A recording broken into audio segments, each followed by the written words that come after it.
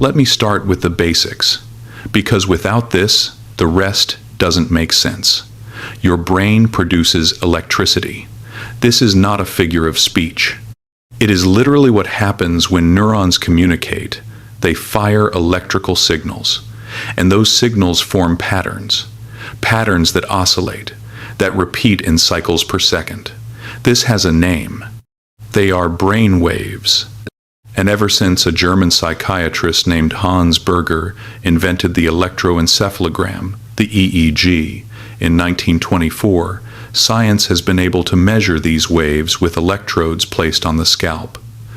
No surgery, just reading the electrical activity on the surface of the head. What the EEG shows is that the brain operates in different frequency ranges, and each one has specific characteristics. Delta ranges from 0.5 to 4 hertzes, theta from 4 to 7 hertzes, alpha from 8 to 12 hertzes, and beta from 13 to 30 hertzes. 4 states, 4 completely different modes of operation. Think about it. If your phone had 4 modes of operation, one for deep sleep, one for light dreaming, one for conscious relaxation, and one for active processing, you would want to know which one to use for each task, right? Well then, the brain works exactly like that. It's a shame almost no one knows this. Let me explain each one quickly. Delta is the slowest state. It happens in deep, dreamless sleep, when the body is in maximum restoration mode. You have no awareness in delta. You are completely offline.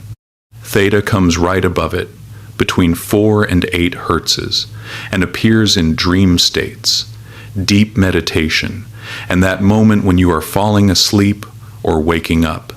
It is associated with creativity, intuition, and emotional memory. It is a deep state, but still accessible with practice. Beta is where most people live all day. It is the state of alertness, active thinking, logic, problem solving. The frequency is above 13 hertzes. Work meetings, to-do lists, worrying about the future, all beta. And then there is alpha, between 8 and 12 hertzes, the state of relaxed wakefulness. You are present, aware, but not agitated, calm, without tension. It is the state that shows up when you close your eyes, take a deep breath, and the body begins to let go. I like to think of alpha as a point of balance. It's not sleep or stress. It's the middle ground where the mind is still active but not in defense mode. And this is exactly where things get interesting.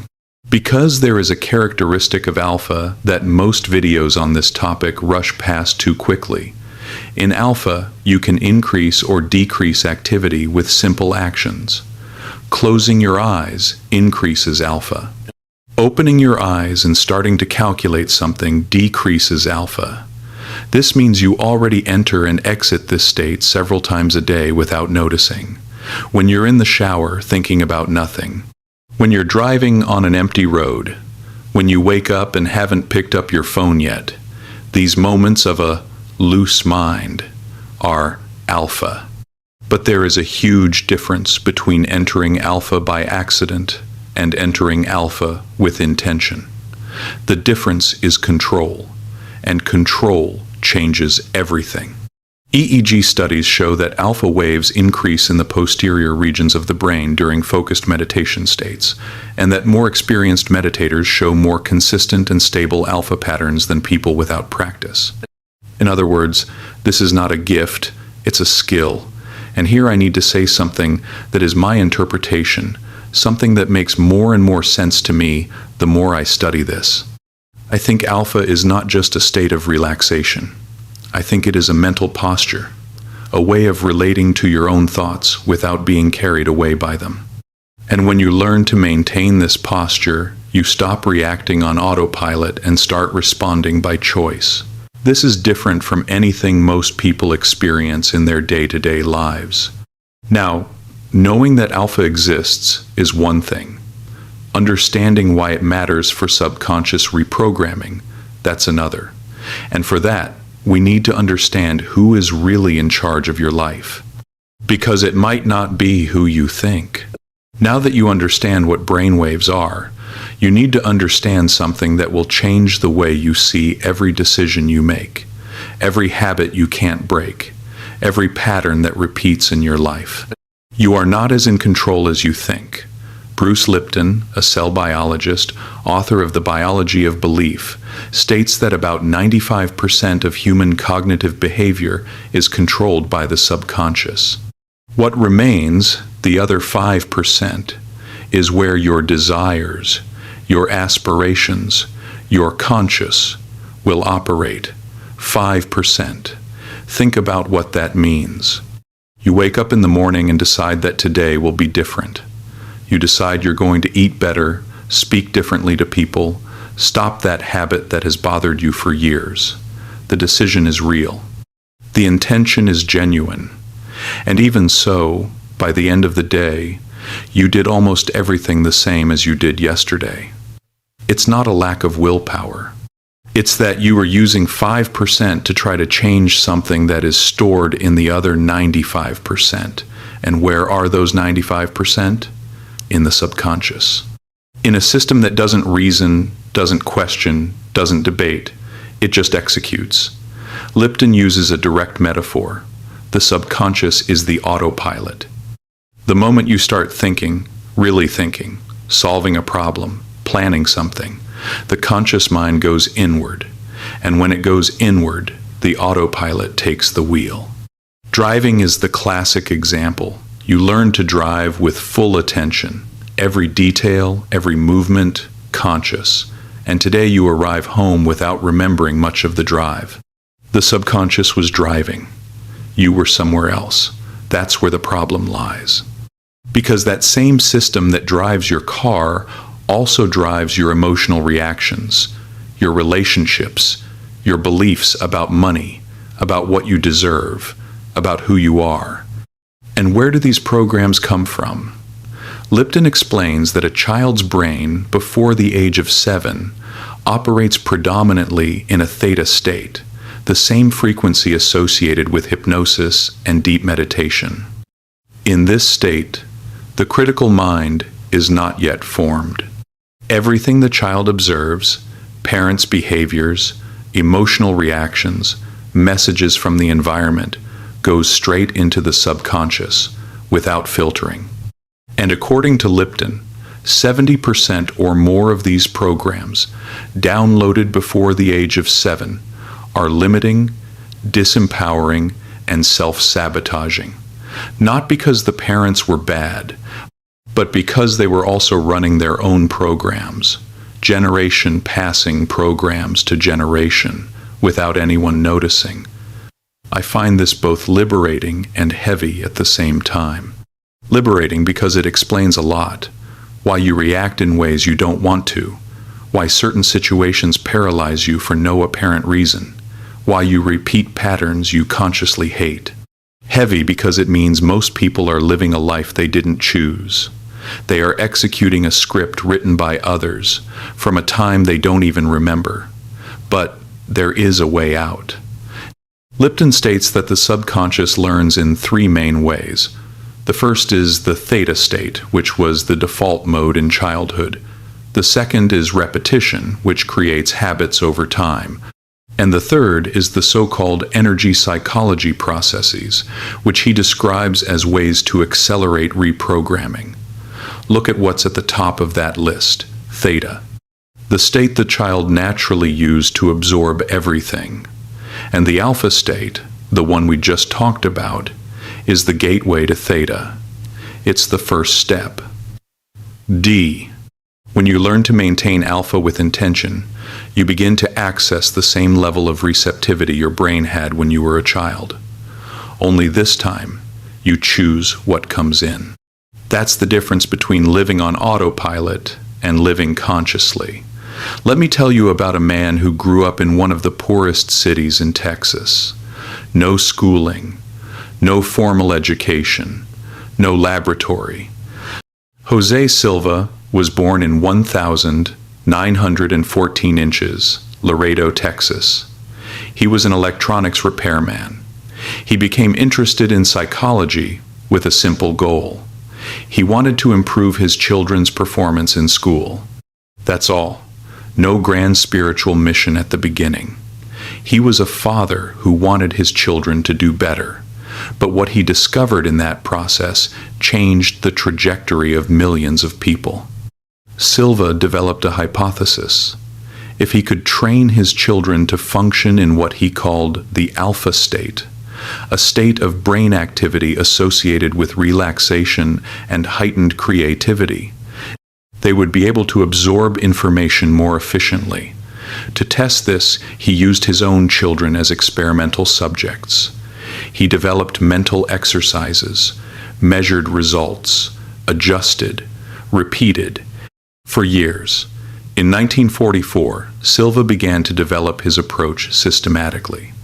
Over the following years, his studies showed that mental control of alpha waves could increase learning capacity. And there's more. He was an electronics technician. So, unlike other thinkers of the time, he wasn't just philosophizing. He was thinking of the brain as an electrical instrument, an antenna, a system that operates in frequencies. Silva used electroencephalograms, the same EEGs we talked about earlier, to monitor brain activity and validate whether the methods he developed actually induced the states he was aiming for. He wasn't guessing. He was measuring. Here's the part I find most interesting about Silva's story. He arrived at alpha through the path of electronics, not through mysticism, not through Eastern meditation, through the reasoning of a technician who understood circuits. And what did he find when he got there? The same thing that the oldest spiritual traditions in the world had already described. The Kybalion states as its first principle, the all is mind, the universe is mental. For the Hermeticists, this is a law of how reality works. The assertion that everything that exists, all matter, every circumstance, every experience, begins as a mental event, and that whoever learns to master their mind masters their reality. This principle reminds us that everything is born first in the mind, before it materializes. Just as the divine mind generates the cosmos, our thoughts create tomorrow. Silva's method was first offered to the public in the second half of the 1960s. In 1966, word of his work spread beyond Laredo, where he was teaching his method to more than 100 people per week. And what sits at the center of everything he taught? Just one thing: learning to access alpha with intention, entering this state by choice, not by accident. And once you're there, knowing what to do, because alpha by itself doesn't reprogram anything. It's what you do while you're in it that changes the game. For decades, science believed something that we now know is wrong.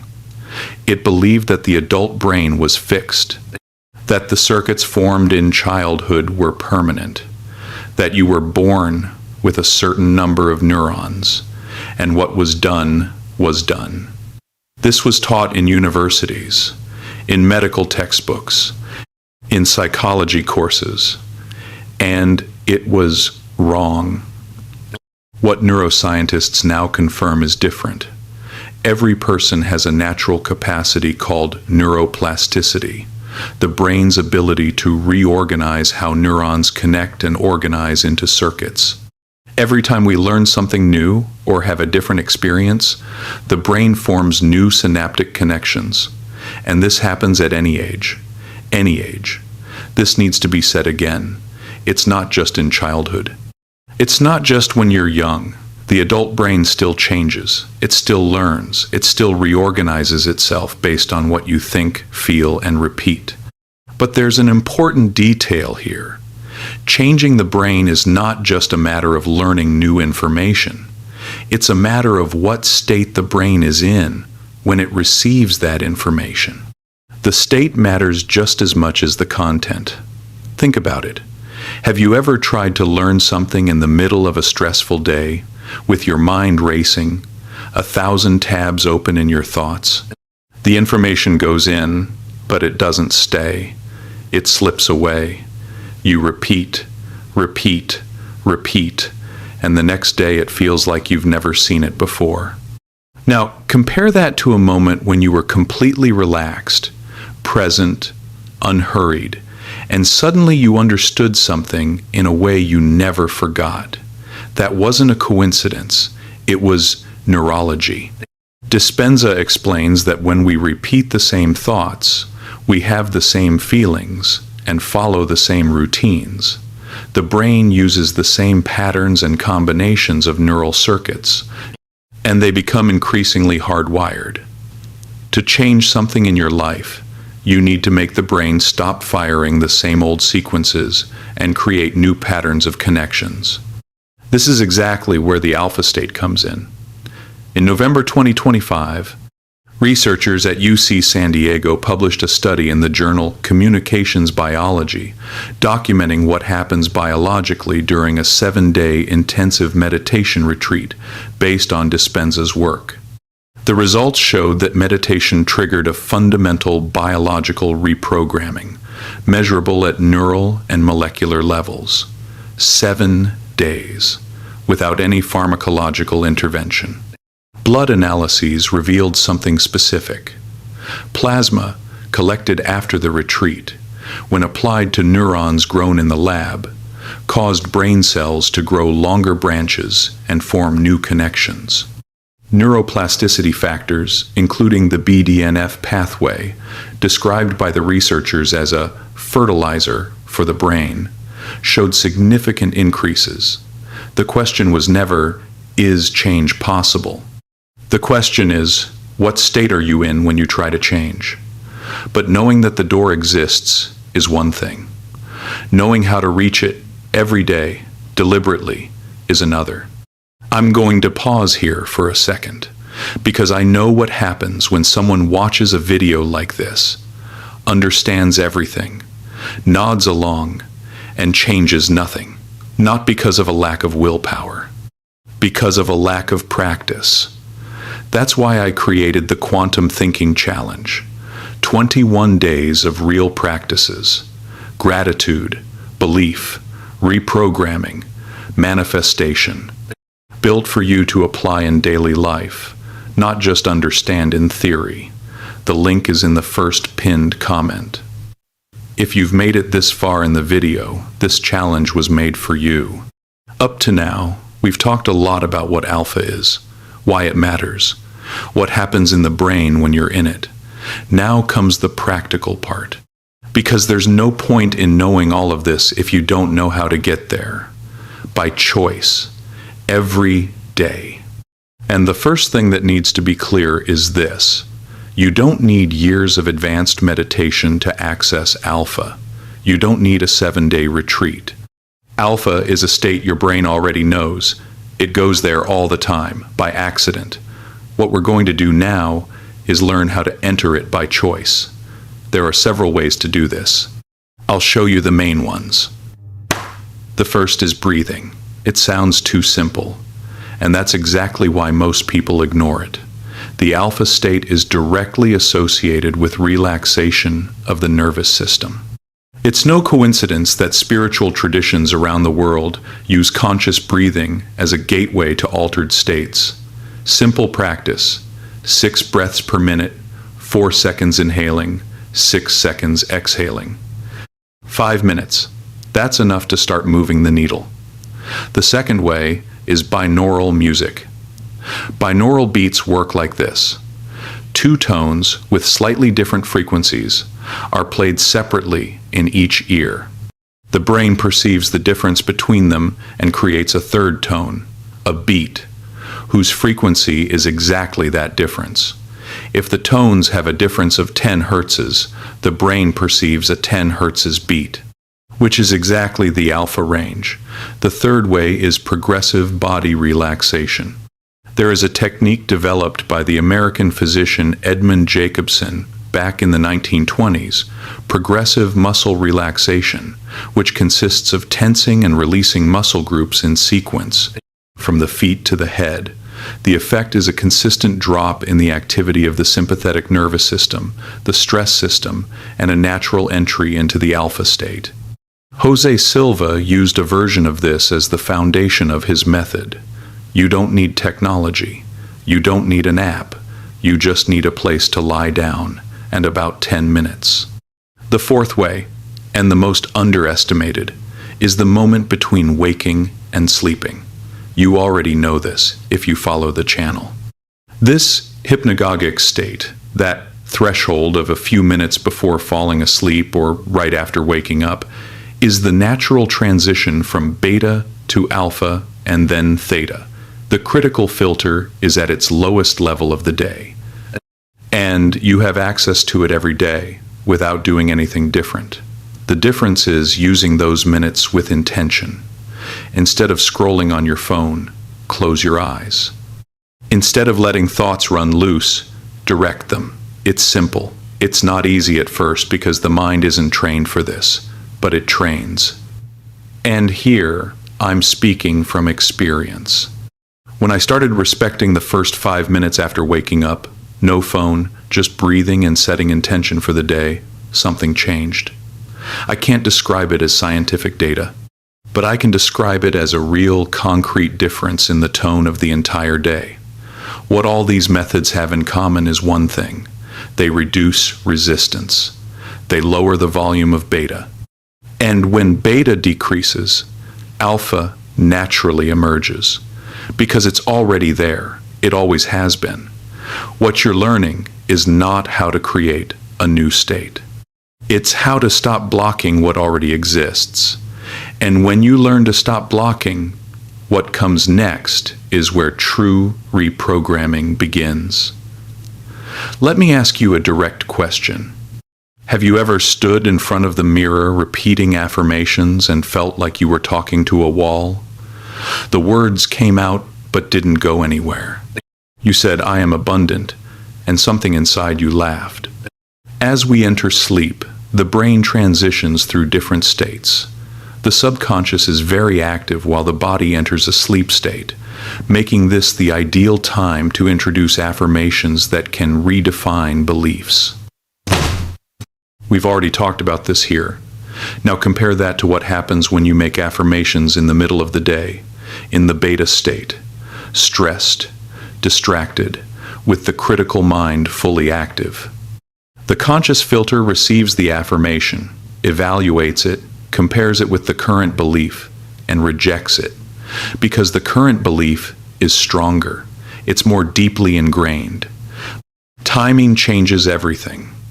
Florence Scovel Shinn was an American spiritual teacher and writer of the New Thought movement, best known for her book, The Game of Life and How to Play It, published in 1925. Shinn taught that affirmations were not mechanical words, they were decrees, and that the difference between an affirmation that works and one that doesn't lies in the quality of conviction behind it. She wrote that continuously repeating an affirmation establishes the belief in the subconscious, and that it wouldn't be necessary to repeat an affirmation more than once if a person had perfect faith. Without the critical filter in the way, the affirmation doesn't need to fight to get there. It simply enters. Louise Hay worked on the same principle. She taught that the problem wasn't just what you said, but what you believed while you said it. And belief doesn't change in beta. Belief changes when you access the place where it is stored, the subconscious, and that access becomes available in alpha and theta. Now, visualization comes in. Combining affirmations with visualization, imagining yourself projecting the state you want, activates the same neural circuits as real experiences, reinforcing the chosen manifestation. The brain does not fully distinguish between an imagined experience with emotional intensity and a real experience. The same neurons fire, the same circuits activate. That's why elite athletes use visualization as part of their training. The problem was not what you were saying, it was when and how you were saying it. Research shows that affirmations spoken with strong emotions activate the limbic system, the brain's emotional and memory center, making them more effective in forming beliefs and behaviors. Emotion is not a detail, it is the main ingredient. Without emotion, the affirmation is just noise. With emotion, especially in alpha, when the filter is low, it becomes instruction. I think about it this way. The subconscious mind does not understand English, German, or Italian. It understands frequency. It understands images. It understands how things look and how things feel. When you enter alpha, visualize the scene you want to create and feel as if it were already real. You are speaking exactly the language the subconscious understands. Have you ever stopped to think why some memories stay forever and others disappear in days? Where were you on the day of a remarkable event in your life? You probably remember in detail. Where were you 2 days ago at 3 in the afternoon? You probably have no idea. Emotionally intense experiences are remembered better than neutral ones. Neuroscience has identified that the amygdala, a structure in the temporal lobe of the brain, is primarily responsible for this phenomenon, mediating the influence of emotions on memory consolidation through multiple mechanisms. PubMed Central. In simple terms, when something has emotional weight, the brain treats it as a priority. It records it more deeply. It retains it longer. Neuroimaging studies indicate that the amygdala and the prefrontal cortex cooperate with the medial temporal lobe in an integrated way. The amygdala modulating memory consolidation, the prefrontal cortex mediating encoding, and the hippocampus ensuring long-term retention. Frontiers. 3 structures working together. And the amygdala, the emotional center, is the one that decides what is worth storing. Now, think about what that means for reprogramming. If emotion is what determines what gets stored, and what is stored in the subconscious is what governs 95% of behavior, then emotion is not a detail of the process. Emotion is the process. This is exactly what Gregg Braden teaches. And what interests me about his work is not just the spiritual perspective, it's the way he connects it with heart biofeedback research. Braden describes a constant conversation between the heart and the brain, made of signals based on emotion.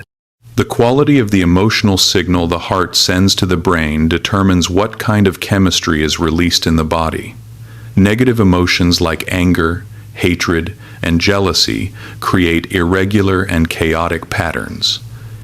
Braden argues that the language of creation is not words, it is emotional states. While we try to change reality through positive thinking or verbal affirmations, he proposes that these mental constructions are secondary to the feeling state we generate. That's why someone can repeat affirmations indefinitely without results. The words say one thing, but the emotional state says another. This is the piece most people skip. You repeat, "I am abundant," while feeling anxiety in your stomach. The subconscious is not receiving abundance, it is receiving anxiety, and it records anxiety. Because the emotion is stronger, more intense, more real than the word. For me, this is one of the most liberating points in this entire subject, because it means the problem was never what you were saying. It was what you were feeling while you were saying it. So the question is not, what should I affirm? The real question is, what should I feel while I affirm? And what state am I in when I do it? The answer to these 2 questions, combined with everything we've seen so far, is what separates people who try to change from those who actually change. Ancient traditions found the alpha state through a different path. It begins in the East. Yoga Nidra, which in Sanskrit literally means yogic sleep, is a practice that is probably more than 2,000 years old. The technique consists of guiding the practitioner into a threshold state between waking and sleeping, maintaining awareness while the body relaxes completely. Sound familiar? A pioneering EEG study conducted at the State University Hospital in Copenhagen documented that during the practice of Yoga Nidra, theta activity increased significantly across all 21 electrodes measured, while alpha activity remained, indicating that the practitioner stayed conscious. The researchers concluded that the state produced by Yoga Nidra is distinct from both sleep and ordinary wakefulness. 2,000 years of practice, a technique passed down by monks and yogic masters from generation to generation. And when you place electrodes on someone's head performing Yoga Nidra, you see exactly what neuroscience would describe as the ideal state for accessing the subconscious. They didn't have EEG. They had generations of direct observation. Now go to Tibetan Buddhist monks. A study conducted over 12 weeks at the Sarajay Monastery in India, involving 23 monks with different levels of meditative experience, found significant differences in EEG patterns during concentrative meditation. Specifically, this type of meditation, which involves sustained focus on a single object, such as the breath or a mantra, was associated with increased power in alpha and theta waves, particularly in the frontal and posterior regions of the brain.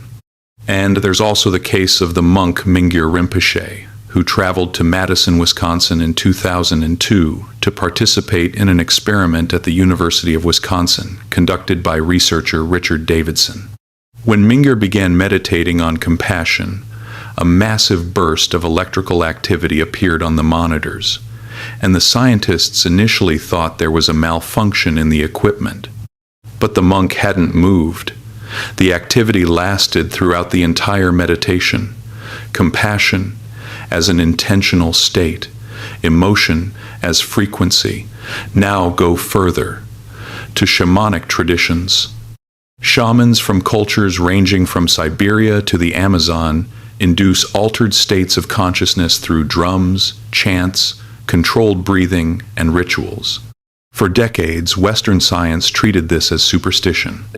Today, when you place sensors on practitioners of equivalent techniques, you find a slowing of brain waves, increased theta, reduced beta activity, exactly the profile of subconscious access we've been describing in this video. The shamanic drum specifically has been studied in contexts suggesting that its fast, repetitive rhythm, typically around 4 to 7 beats per second, can produce brain entrainment effects in the theta range. What we have today is the rare privilege of having both languages at the same time, the language of experience and the language of measurement. And together, they point in the same direction, toward alpha, toward conscious stillness, toward the state where human beings have always known that something different was possible. There's a quote by Wayne Dyer that has stayed with me since the first time I read it. Dyer said, "The law of attraction is this: you don't attract what you want, you attract what you are." 4 words that change the entire game. Because most people treat reprogramming as a tool to get things. More money, better relationships, health, success, and there's nothing wrong with that, but it's an incomplete view. When you change who you are, the results change as a consequence, not as a reward, as a reflection. That's exactly what Dispenza proposes in Becoming Supernatural, a body of knowledge and a set of tools that allow ordinary people to reach extraordinary states of being. And what changes when you truly reprogram is not just external behavior, it's the texture of the internal experience. Let me describe what that looks like in practice. You start to notice that the same situations that used to throw you off center now pass differently, not because the situation changed, because you changed. The comment that used to trigger an automatic reaction of anger or fear, now you can see it before reacting. There is a space, small at first, but present. That space is the sign that something is changing. Then comes something more subtle. Coincidences start to feel less random.